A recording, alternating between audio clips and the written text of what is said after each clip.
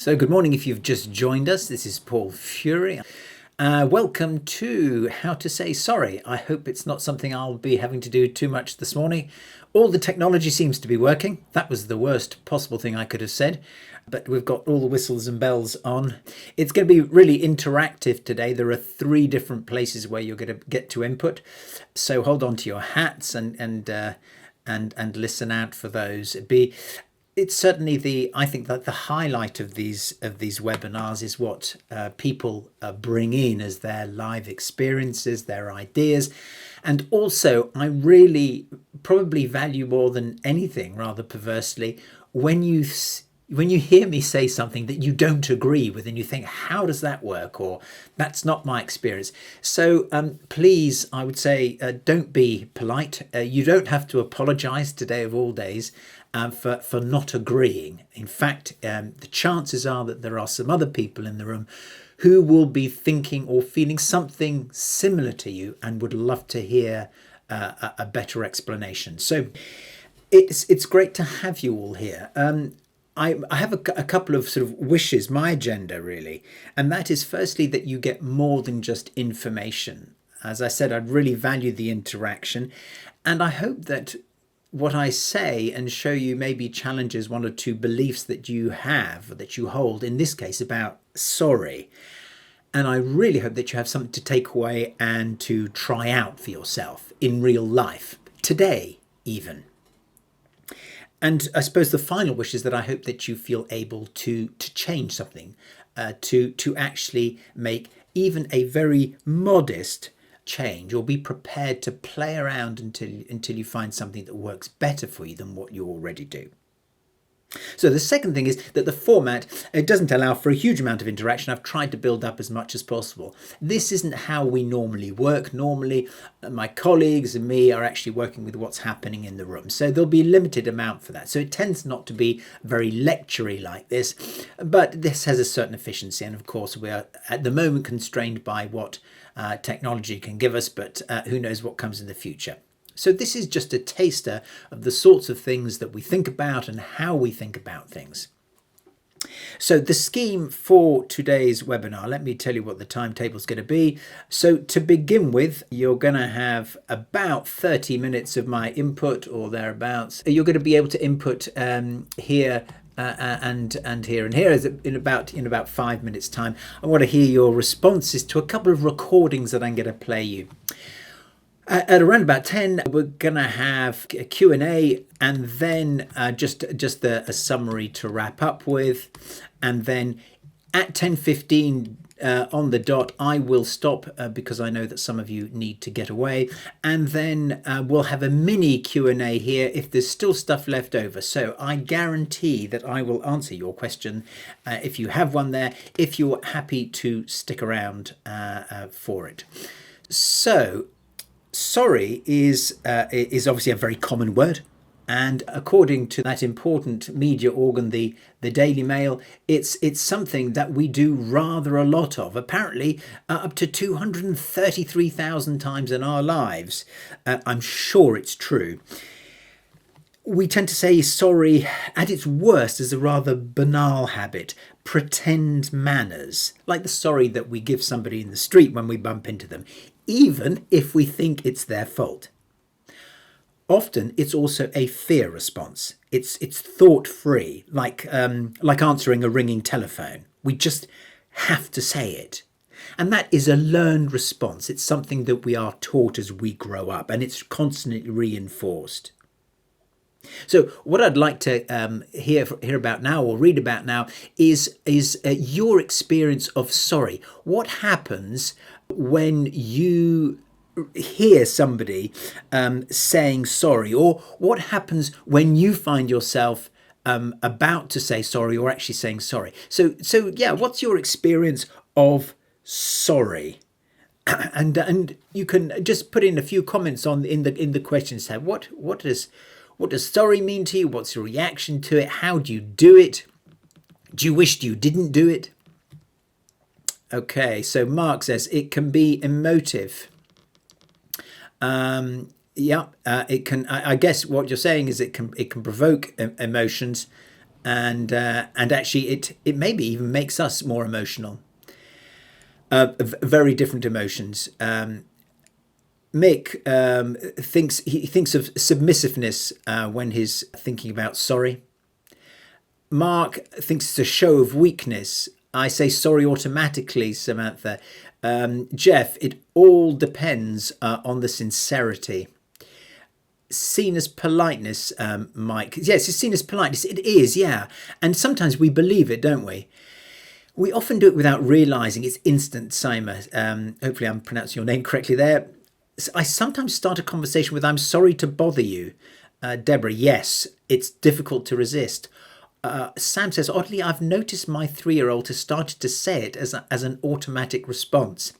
Sam, there's time, and maybe you'll be able to have a word in the next couple of years. You've got about 3 years to stop them saying sorry. I can oil the wheels. Does it hurt to say? It can oil the wheels. Does it hurt to say sorry? No, Sandra, it doesn't. But maybe it's a timing issue, and I'll come on to it. You'll see. Charis or charis, it's used too often and the genuine meaning is lost. Yes, I have a feeling that's charis. I hope that's correct. Other people, Samantha says, other people don't seem to say sorry or worry about it. So you like a sorry by the sound of it. I think that you have to be quite strong to say sorry. Yes, Lisa, agreed. Elizabeth, depends on tone, sometimes can sound sarcastic. Yes, absolutely. Katrina, weakness, say it without realising it. Yep. Only if you mean it, says Lisa. Sorry has a very wide range of use, auto response, or trying to be sincere. Richard, yeah. And it's difficult depending on who you are, Richard, and what people think of you. I happen to know Richard quite well. I don't mind saying sorry. I think when you are in the wrong, it can take an awful lot of guts to apologise. Helen, you're absolutely right. I find myself saying sorry for things I'm not sorry for. Sometimes it's a precursor to saying something not very nice. Yes, I've heard that one. In fact, I say that and my girls pick me up on it. I'm sorry, but... And they say, no, you're not sorry. You're absolutely right. Mark, sometimes it can be too late, the timing, yeah. Sometimes I used sorry to explain away a behaviour of my line manager to make it sound as if I'm the one who's made the mistake. Rebecca, you're an absolute gem. I wish Nicola would do that more often. But yes... That's an interesting one. I can't. The word submissiveness steps into my head there. Marie, I want sorry to mean it and won't happen again. I want to be able to say sorry and trying hard not to do it again, and so on. Okay, so let me. Couple more from Helen. Sorry is an easy way to also get people to leave you alone when they annoy you over something you have done. Interesting. So it's not a sorry at all. A British thing, says Chris, that we feel we have to apologise not only for ourselves but for other people on the occasion. A sorry used simply as an excuse, says Meg. Wow. Lots of reactions to sorry there. Right. Let me crack on and tell you what's on my mind. We're going to play a recording here now and have a listen for it. And I'm going to ask you maybe what you noticed during this recording. So have a listen out for this. I'm going to get my technology behaving itself, hopefully. Okay, here we go. Have a quick listen to this. Paul Fury. Oh, hi there, Paul. It's Nicola. Oh, hi. How are you? Yeah, well, things aren't good, Paul. Just had the latest targets again. And unfortunately, my team have been called. Oh, gosh. The majority of their targets. Not their fault. It's down to your team yet again. Sorry. Length of times of the calls they take into answer, it's really... I know this is another month, obviously, this has happened, and what are you going to do about it? So what did you notice during that sequence? How did it play out? What did you notice? I'm just going to read a couple. Lisa says, I hate it when someone says, sorry if you felt. Oh, that's interesting. So what did you think of that sequence? Your sorry was ignored. Yes, interesting. No accountability from Nicola. Well, absolutely, Samantha. I totally agree. I think she should take a lot more What else? What else? What did you hear happening there? Here's some more. Okay, so sorry didn't sound genuine. No, that's interesting. Paul sounding submissive and apologising without knowing whether you were in the wrong. Absolutely. Placing blame on the other team, no acceptance of their own performance, you accepting the blame and offering sorry. You automatically said sorry straight away. I did. I was feeling very defensive. I agree with Paul. Okay, so the sorry. There's something about the timing, but I want to explain what I think is going on when that scenario plays out, and I've certainly recognised it, and I'm wondering if you do. So here is how I see that scenario as it plays out. So first of all, there's a cause. Okay, well, somebody makes a mistake. In this case, there's performance of my team is affecting somebody else's team, and the other person comes to pay me a visit in my cubicle or rings me up. And of course, as soon as I heard that, I actually then, as somebody said, I got submissive. I started apologising as soon as this rhino, Nicola, nothing personal, came up to my cubicle. And of course, but the rhino really wants a solution because the apology doesn't feel good enough. And my behaviour is making it even worse. I'm looking and sounding helpless. So that makes them even more insistent, which makes me feel even worse and even smaller. And I apologise again. And so it goes on. And every time I apologise, I feel worse. And amongst all that, I still have to come up with some sort of idea, a solution, because that's what the rhino's expecting. But of course, I haven't got a cat and health chance really now, because my ability to think on this graph, as you can see, is severely diminished. People who have been in my sessions before will know it's about the light bulbs.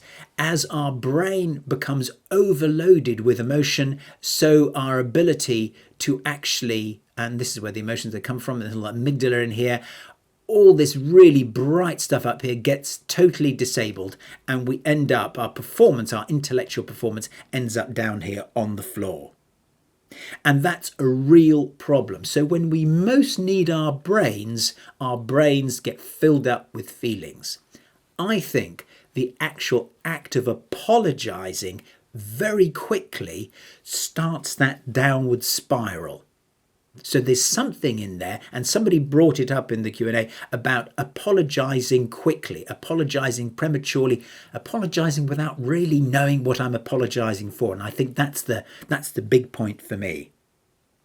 So that's the rather disastrous cascade of feelings behind sorry. Okay, so what I'd like to do now is to look at an alternative.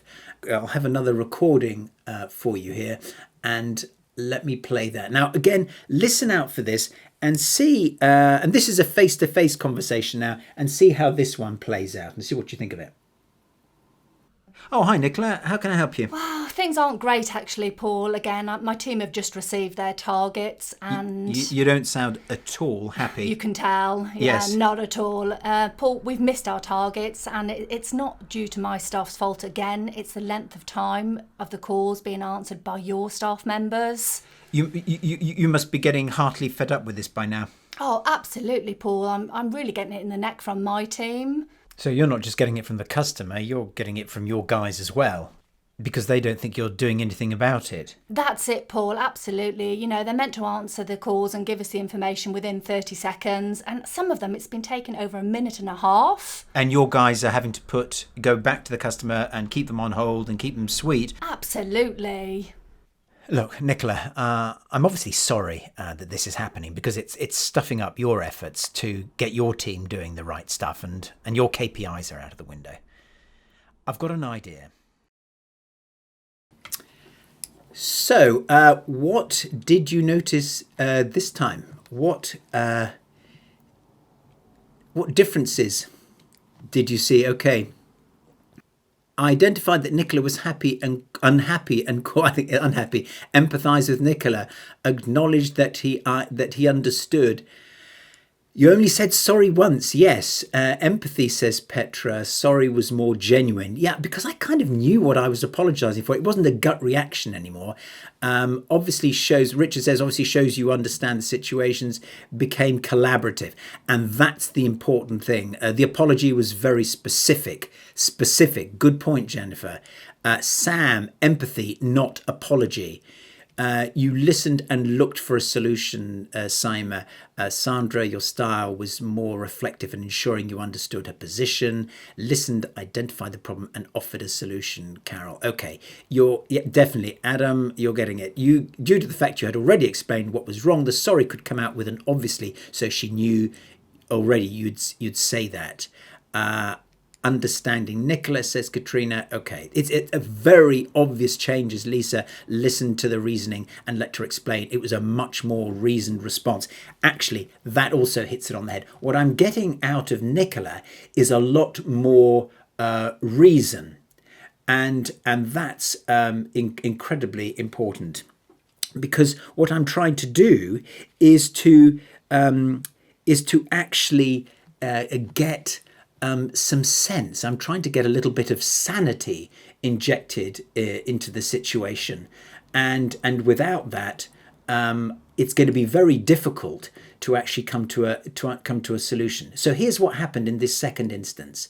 So I get the rhino, the same situation near as darn it, and here am I trying to sort it out. But very often what people will do is will put themselves slap bang in front of the target.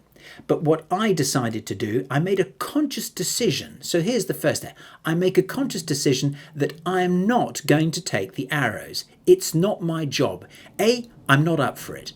B, I don't like feeling helpless. And C, I just can't help if I'm full of arrows. If I feel terrible, I know I'm intellectually heavily disabled by my own feelings.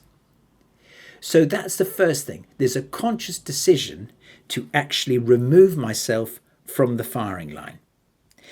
So what I'm actually doing is I'm putting the person, I'm looking at the person not as a rhino, but as a person, and I'm putting them before the problem. I'm taking their feelings more seriously than the problem. And I'm putting the problem on hold until they and I are ready for a solution. So the way to look at it would be feelings before fixes. The feelings are always more important than the fix, because they're just not ready to understand the fix or to take me seriously until they are convinced that I have taken them seriously and I really get what's going on for them. So how does that actually play out in reality? Okay, so let me just get this heart and span out of the way. How did it sound? And I think some of you did actually spot the language that I used. So it comes out as phrases like you sound, you seem, you're obviously, and then the name of the feeling. Now, sometimes that's all you have to remember to do, is to point out their feelings, and then they will fill in the gaps. So much the better if you can actually say or summarize what it's about in your own words. Don't repeat their words back to them. It's an old, nasty, irritating trick. It's very much how you see it in your words. So this is all about, just to summarize, this is all about putting them before the problem, their feelings before the solution. Then by the time, and it literally, that clip couldn't have been more than 45 seconds or a minute. It only takes a minute to get somebody into a more rational frame of mind. And here's what happens when that's the case, when that's what you've achieved. Well, first of all, you see that I have understood. I actually get it. I'm clever. I'm respectable. So I feel more confident, and you instantly feel more confidence in me because I'm not cowering. There's nothing that winds a bully up more than a cowering victim. And actually we are all, and that word is very controversial, bully, we are all capable of bullying people. Not systemically, but we can become aggressive. And there's something about it being switched on by a cowering person. So the owl, it's me listening, me understanding, and they immediately begin to trust me more. And then they can see that I've actually got the power to come up with a solution. Then as I felt more confident, they started to be more reasonable. And then I wanted to help, not just out of fear, but because I wanted to help. And then they believed that I could actually help them. They believed that I had the solution for them. So the anger, which is often born of fear. So if Nicola is angry with me when I've messed up, it's often also because she doesn't think I can fix it. And so she's doubly angry. Angry that I did it, and then angry at me being helpless and very obviously unable to provide the solution. So then she's got to go and find the solution. And of course, because everybody's starting to feel a lot better, I get creative. All of a sudden, I'm thinking in colour again. My synapses are firing. And in fact, there's one little trick here that I stumbled across a few times and that you might consider is to actually admit, if you're still not firing on all cylinders, say it. Look, Nicola, I can see you're really annoyed, not least of all because it's happened so many times. Right now, I just want to come up with the best solution, but I'm a bit frazzled by this conversation. I totally don't blame you for having it. Just let me have a think. So actually giving a running commentary of where our ability to think is can often mean the difference between blanking and then suddenly having an idea pop into our heads. At that stage, and Richard, I think it was spotted it, we're actually working as a team. We're on the same side. We are at different ends of the problem, but we're actually working as a team. So there's actually now no need for anybody to be the victim. It actually turns into a partnership if we can just bring ourselves to not say sorry quite so instantly. Because that sorry is not to be trusted. It will often be about something that really isn't genuine. It's fearful, and it doesn't have a solution associated with it. It only has helplessness.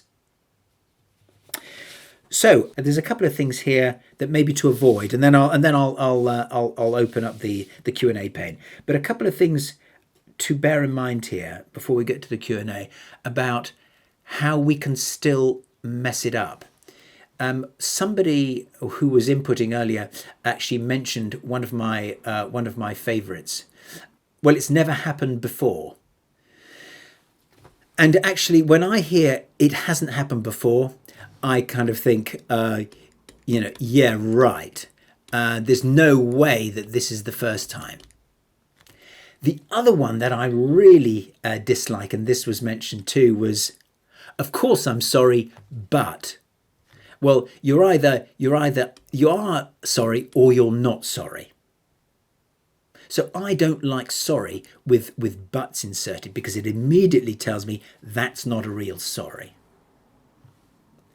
And my favourite of all time, I can only apologise. Well, actually, no, that's not good enough because what I actually want isn't your apology. I want your solution. Then I want your apology, but not before. So there are three phrases that, again, they're trained and they could well pop into your vocabulary. Try to resist. And if it pops out, you can always correct yourself. So here now is a chance for you to have your say. Yes, what are you thinking? What have I set you thinking? What do you agree with? What is familiar? What's unfamiliar? What questions do you have right now? So, Jennifer, this all makes sense, but I can't help thinking from a personality type perspective that it's a lot more of a challenge for someone with a thinking rather than feeling preference to do. So, Jennifer, it sounds like you think this takes a lot of thinking on your feet. If you're the feeling one here, I would think that actually tuning into feelings might be easier than you think. It could be that there's even an extra step here for you, which is that if you were feeling out of it, you can't think straight. If you're feeling too worried to think straight, you saying that will free up your feelings, will free up your brain to be able to think again. So I'm wondering if that might help. And there's another, I'm just reading a comment here. I can find this hard to do because I sometimes misread the emotions. Oh, I see. Okay. And like saying to the person, you seem angry, and they say, no, I'm not angry. And this makes them feel I have made it worse because I haven't understood how they're feeling, and it creates this disconnect. That one, in my experience, Jennifer, so you're worried about making it worse by naming the wrong feeling.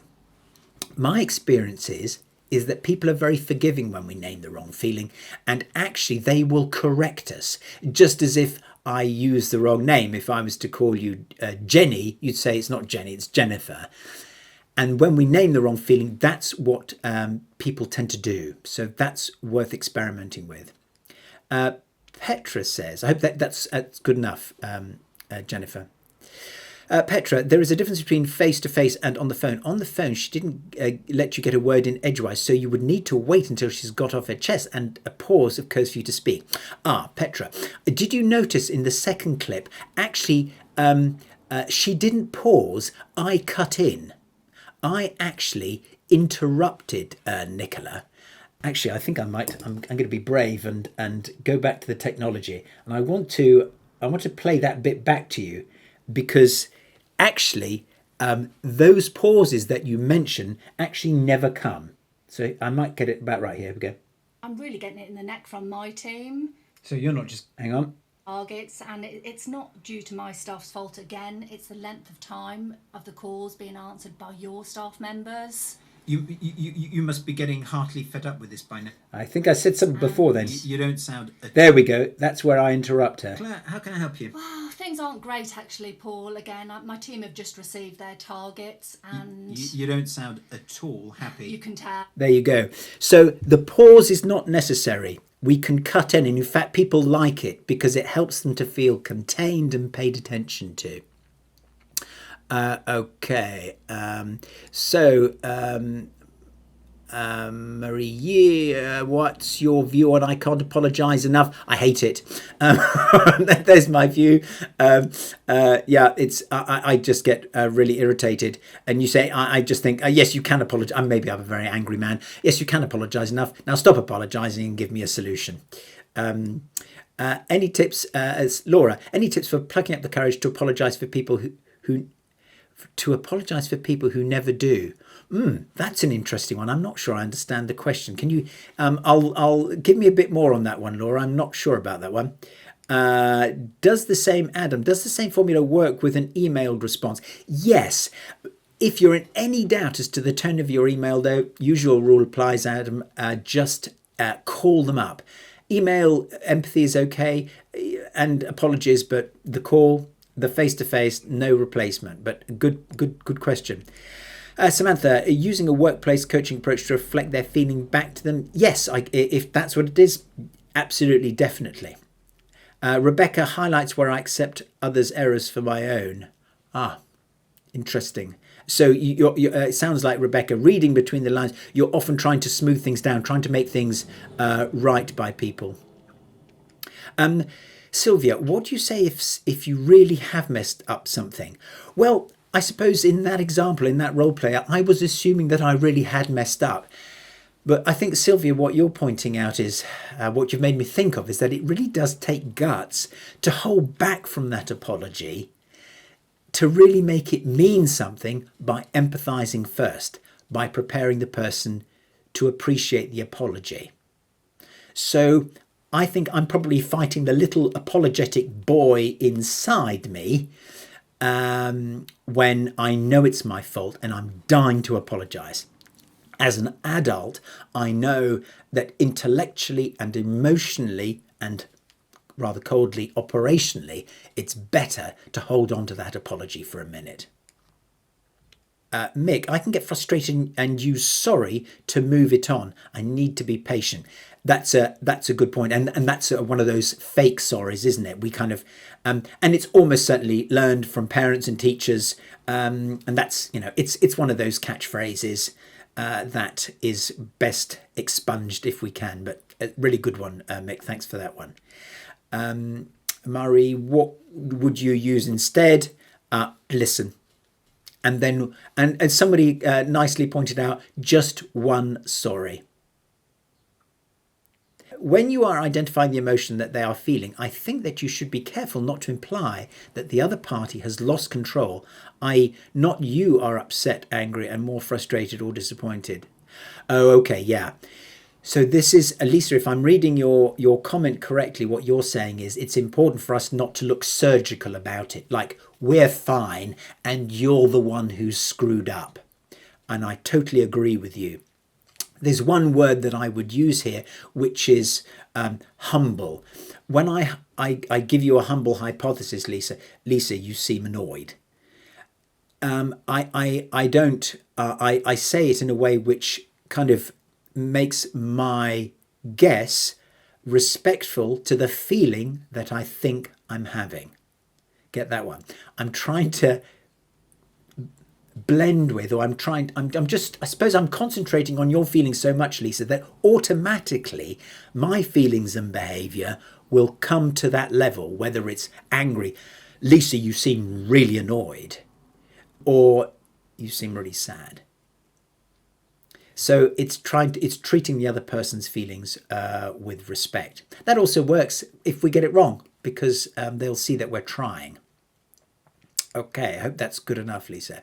Denise, I get consumed with people putting their views on me, their feelings, of which I don't agree, but they expect me to be sorry. How do I overcome this? Okay, I'm going to read that one again, Denise. I get consumed with people putting their views on me, their feelings, of which I don't agree, but they expect me to be sorry.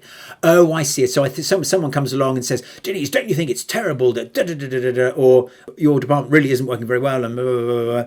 Is it that sort of thing where people are having feelings in front of you and want your agreement? Maybe just give me a nod and see if I've got that one right or not. Yeah, okay.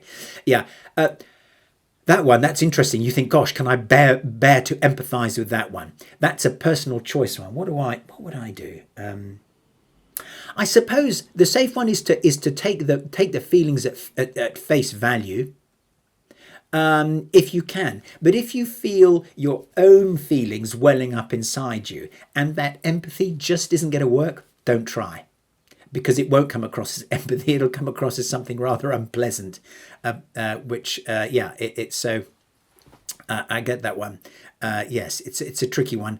And it's according to what can you manage to do, Denise? Helen, once more before I think I'll go for no. We've got a few more minutes before we have to wrap up.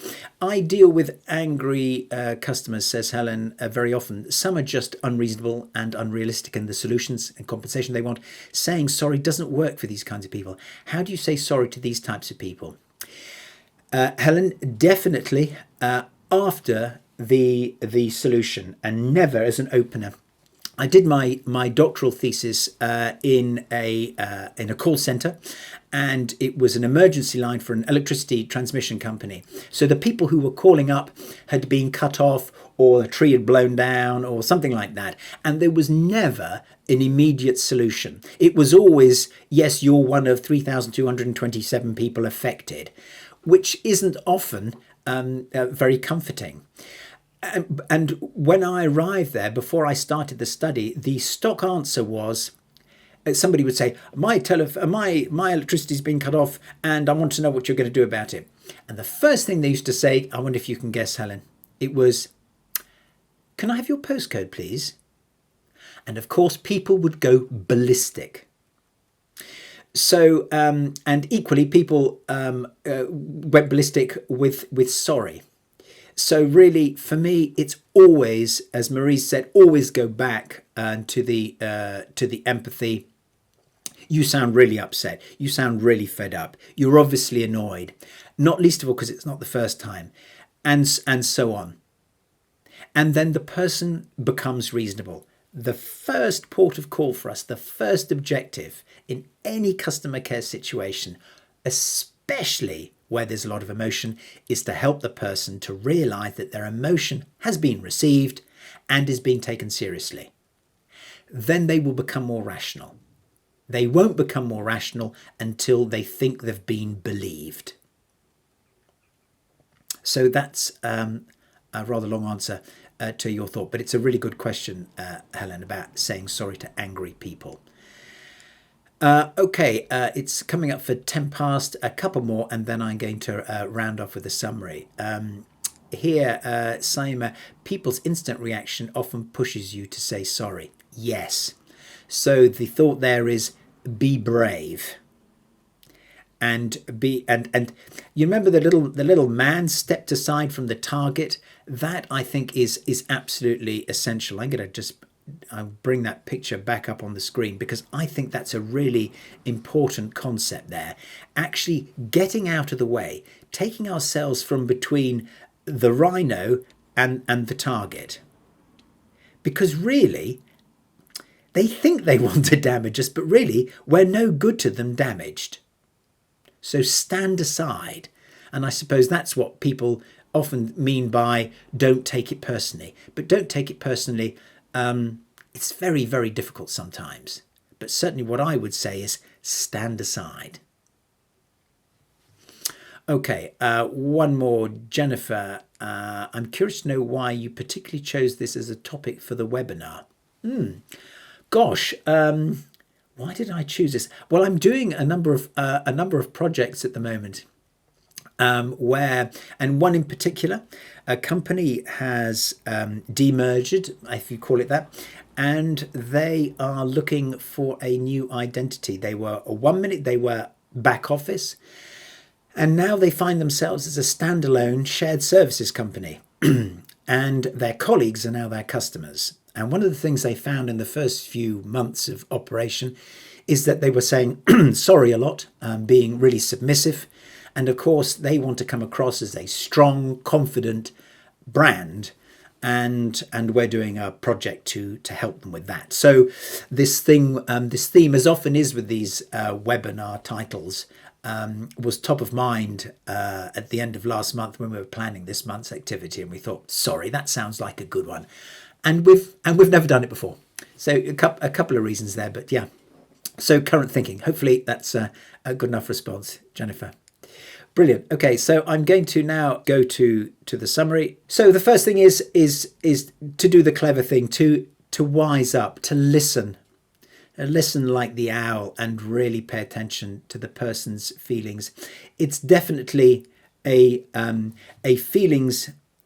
Putting feelings before the solution, because that way people will be absolutely ready for the solution when you're talking about it. In fact, they will help you to generate it. And thirdly, kittens, all kittens do is to react and say sorry. They don't actually think. Kittens just do sorry. Okay, I'm just going to see if there are any more questions now outstanding. Okay, so Jennifer, there's this one. I'd like to explore further the situation when someone comes in spraying you with their anger, frustration, etc., and you don't feel it's the right thing to empathise with them, e.g. an executive director slagging off one of their colleagues. Oh, this sounds interesting. And you really want to help the situation, but also challenge them on their behaviour. This happens to me and I find myself feeling stuck and responding very awkwardly and not productively. I imagine, Jennifer, that is embarrassing because you're being let in on information. It's one of those too much information. I shouldn't be hearing these words la la la. Jennifer, the good news is that the best thing to do is to empathise. So again, is to take the person and forget that they're an executive director, forget who they are and focus in on the person. Peter, you sound really angry with John for da da da da. Erica, you sounds like you're getting really impatient with Jane for blah blah blah blah. And so at that point, Jennifer, I think the strategy is to treat yourself totally as an equal. They've come in and started vomiting their feelings about a fellow director all over you, and it's one of those, okay, I'm hearing this, I can't cower, I can't play the kitten, even though it's nothing to do with me. I'm going to temporarily promote myself and treat myself the same as you are, because that's the only way I can help you. Empathy is a phenomenon of equals. So, and people who are talking to us want to be taken seriously, and we can only really be taken seriously by an equal. Then after you've heard them out and they've played themselves out, it's at that point that if you want to, then you can challenge that behavior, but only once they're rational again. So every single time when there are feelings involved, or feelings come back to a situation that you've already empathized in, it's always going back to the empathy to handle those feelings and helping the person to become rational, and then having that tough conversation with them about their behavior, or maybe even the fact that they've told you at all. You might find yourself saying, Eric, I can see you're really annoyed about John. I can see you're frustrated. I can hear you you're really at your wit's end. And then he settles down and said, actually, can I just say something? I'm really uncomfortable you telling me these things, or I'm uncomfortable hearing you slagging Eric off because he's such a nice guy. So that's the second part. Hopefully, that's a good enough answer for you, Jennifer. I think that just about concludes the questions. So if you've hung on for the extra bits, there we are. Empathy is a phenomenon of equals. There we are. Great, Jennifer. I'm glad you enjoyed that one. And I believe it's true. Have a fantastic weekend, and get in touch, or I will see you, if not before, I will see you next month. All the best. Great weekends. Bye for now.